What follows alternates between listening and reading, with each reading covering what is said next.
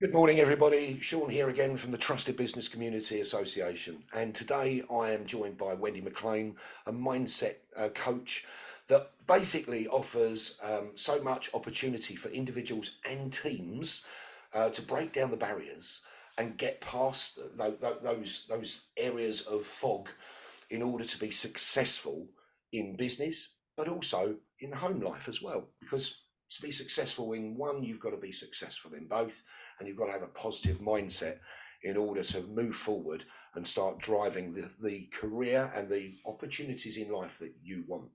Wendi, lovely to have you here. Thanks ever so much for joining me. Oh, thanks, John. I'm really delighted to be here. Thank you. Brilliant. Well, listen, everyone's going to be listening into this, Wendi, so it's over to you. And for me to, for the first time, as we said just before we went on the recording here, it's time for me to be quiet.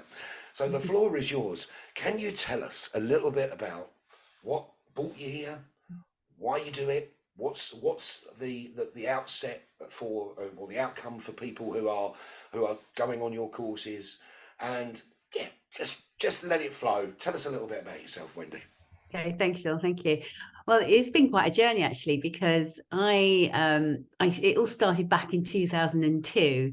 I was a little bit addicted to online shopping, and there I was watching the channel, and this big brash American came on and said to me, "It can change my life in 7 days." And I'm like, "Yeah, whatever." So I kept switching channels, and eventually I came back and listened, and I'm thinking, okay, if you think you can do this, here's my money. So I paid him my £125, I think it was. And I received all this coursework. Did he change my life in 7 days? No. Did he change my life? Definitely. And that was Tony Robbins. So I then spent 2 years just doing some of his courses, saw him live 3 times on different events. And I thought, you know what, if only I could teach my children this stuff, and then they would be so set up for what life's going to throw at them. And they were quite young at the time. So I decided at that point to become a coach. So although I had a full-time position, I was commuting, I had 2 young children. I managed to do 2 years at Newcastle College as well to become a coach. So my timetable was a little bit tight, to say the least. But what happened was that whilst, yes, I've learned all these new skills, I was starting to use them in my working environment and started to see the changes in my teams. So my teams were suddenly becoming award-winning teams. They were sort of like the sales figures were going up. So everything kind of, made a huge impact, not just on me, but on my working life as well. And I kind of used that over the years. And then my company trained me to become a trainer because they could see I had these skills to help other people, which carried on in life until 2017. I lost my husband in 2016, so my life changed dramatically, and I decided to take it to another level, and I started to study NLP, hypnotherapy. And since that time, I'm now timeline trained, IMT trained, motivational map trained. So I've used a lot of skills, and I opened up my practice in 2019.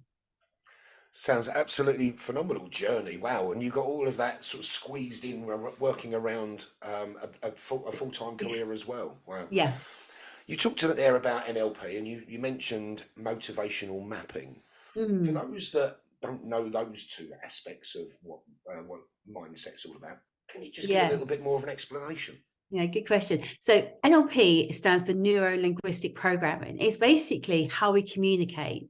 Now we communicate sort of, how we take information in, how we I suppose how we interpret that information, and ultimately the actions we take. So NLP is a tool that I use, or it's been created from various different people, but Grinder and Bandler are the primary two people that created NLP, but it has evolved a lot since then.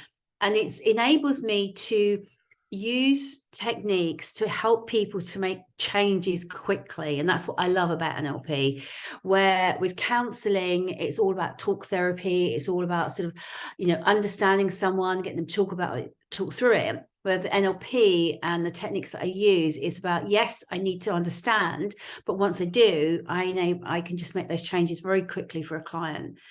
So I have two sides to the business, as you just alluded to, really. I have the coaching, which is what Wendi Mclean is, and that is one-to-one coaching. But I also have the Mind Palace, which is a training company, whereby this is where I use the motivational map. So I go into organizations and I help them identify areas that where their teams are motivated or not motivated, and basically give them strategies to get their team up to that really highest level. Because we know that you can have skills in an organization, right? And you can have direction, but unless you've got the team that are motivated as well, those skills say for nothing. I get that. Yeah, absolutely. And my very sort of light brush with NLP, it's taking the information and how you communicate back is something that I picked up from, because sometimes going back in, obviously coming from a long-term sales and marketing background, when you're dealing with the public, you don't know what's going on in their life or anything like that. And NLP can often help you understand maybe the reaction that somebody's given you. And it's also about how you portray, how you talk to somebody can often be the way they react back. And other things in their life may well be affecting the way they view what you've said. So it's sort of getting a sort of underneath all of that as well, isn't it? So Yeah, absolutely. One of the things we're taught very early on is the NLP communication model. As humans, we take in lots of information, millions of pieces of information every day, but our brains couldn't possibly sort of take all that in and accept it. So the brain it deletes, distorts, and generalizes. So, for example, let's say you and I sat down and watched a movie. Okay, let's say you're into cars and I'm into handbags. So we're watching the same movie, but you will see the cars, you will notice the makes, models, colors, etc. I probably wouldn't even notice, it's a car, that's it. Where I might notice someone's handbag and the designer, the color or something, because I'm choosing to focus on what's important to me. And that's kind of, when you consider that whatever we focus on, we see more of. Now, one of the sort of taking that to another level, you talk about the subjects that we deal with NLP, and it's things like, looking at your internal dialogue, looking at the words and the language you use. It's like what you said, you're communicating with other people. It's if I use language with you that doesn't resonate, it's either it could make you feel uncomfortable or it could make you feel good. But unless you understand how language works. But yeah, so it's very much it's using tools to get to a much deeper level to get people to understand what people think are thoughts and feelings.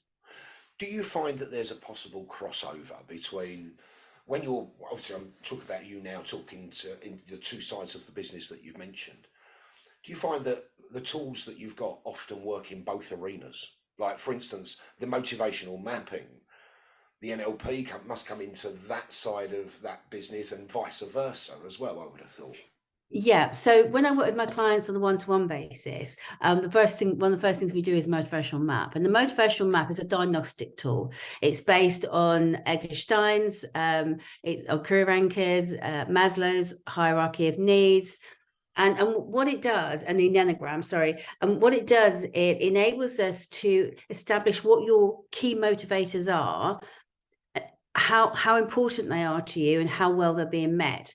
So when you're working with an individual, for example, I would like to know where they are, where they're starting. And then we do it again at the end of the coaching session, so we understand how far they've grown.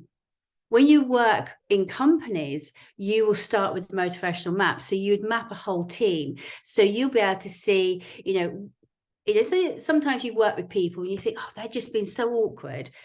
If it's not like that, once you understand how people are motivated and what motivates them, it enables you to be able to, I suppose, like have little magic buttons to know how to get into that and get to that person to understand, or to how to build more rapport with that person.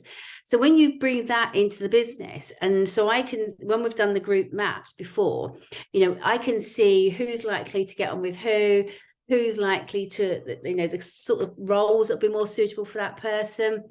But also maybe somebody needs some coaching from that. So they are very much a crossover. We've just I've sort of just gone into business with another coach to write a training course around compassionate leadership. And this isn't about the skills necessary to be a compassionate leader. This is about the awareness. It's kind of all about the thoughts, the processes that enable you to build that bigger rapport with the people you're working with. So you're quite right. The two come together really lovely. But it's kind of, one is more about personal individuals and the other one's more about, working as teams.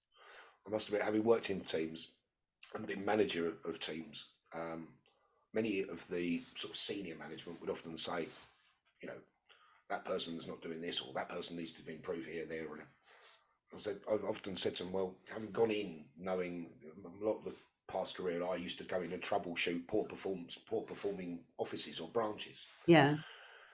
And I would say to them, I need to find what their hotspots are, because everyone's got a different one. Yeah. And they'd say to me, what do you mean? What do you mean by hotspot? I said, well, what motivates me doesn't motivate somebody else. I mean, is it somebody who wants to get a company car that, to strive towards getting the position that comes with a company car? So is that their hotspot? Is money their hotspot? Is working with people, being out there, doing whatever it may be in the different roles that are out there? And you've got to find that button on someone to be able to press it and then set them free, basically. Yeah, absolutely, 100%. Because some people love change. They love to go out there. They love to, they're always innovating, creating new things, and they like quick change. Other people, it frightens them. If you've got somebody in your team, as we call a defender, for example, someone who's motivated by security, predictability. So if you've got somebody in your team that's like that, and you suddenly come with a management change or something that needs to change very quickly, that person may come across as, oh gosh, awkward, or just putting their heels in. It's not. It's just that's kind of quick change upsets them. And it's recognizing that, as you rightly say, the hot buttons to press to know how to motivate somebody to get the best out of them. Yeah, no, absolutely. Excuse me. I think the important thing is the understanding of it, both on an individual level and on a team level, and to take your teams forward. Obviously, you've got so much on offer to bring teams into a completely different mindset, and obviously drive those teams forward. So, if there's people listening out here today, listening into this interview, where do they find Wendi Mclean? Where do they find this lady with all this lovely big toolkit that you've got to help business and individuals? Okay, fantastic. Yeah, so I'm on LinkedIn, just under Wendi Mclean. Quite simple. My website, which again is my name, it's www.wendimclean.co.uk. Or they can find me on YouTube. They can find me on LinkedIn or Facebook. Excellent. And of course, you're in our directory with the association, and that directory gives people complete access to you, so that if you are showing that you're online, it means that they can have a video call with you there and then, which is even better, because they can get hold of you really swiftly. If you're not showing online, they can always send you a message, email, or book a Calendly appointment to have a one-to-one with you. Wendi, it's been absolute pleasure to have you here today. It really is. I've been looking forward to this one, as I always do. You've been a guest speaker for us here at the Trusted Business Community Association as well, and of course holding the national premier partner slot for the skill set that you're in means that you don't just work around Norfolk, although that people will see that that's where you're around the Norfolk area. But you've got country reach, and of course anyone who needs any assistance with any or feels that they could do with a chat with you on a personal level or from a team point of view, you now know where to find her. Wendi Mclean, Premier Partner here at the Trusted Business Community Association. Thanks for joining me. Thank you so much.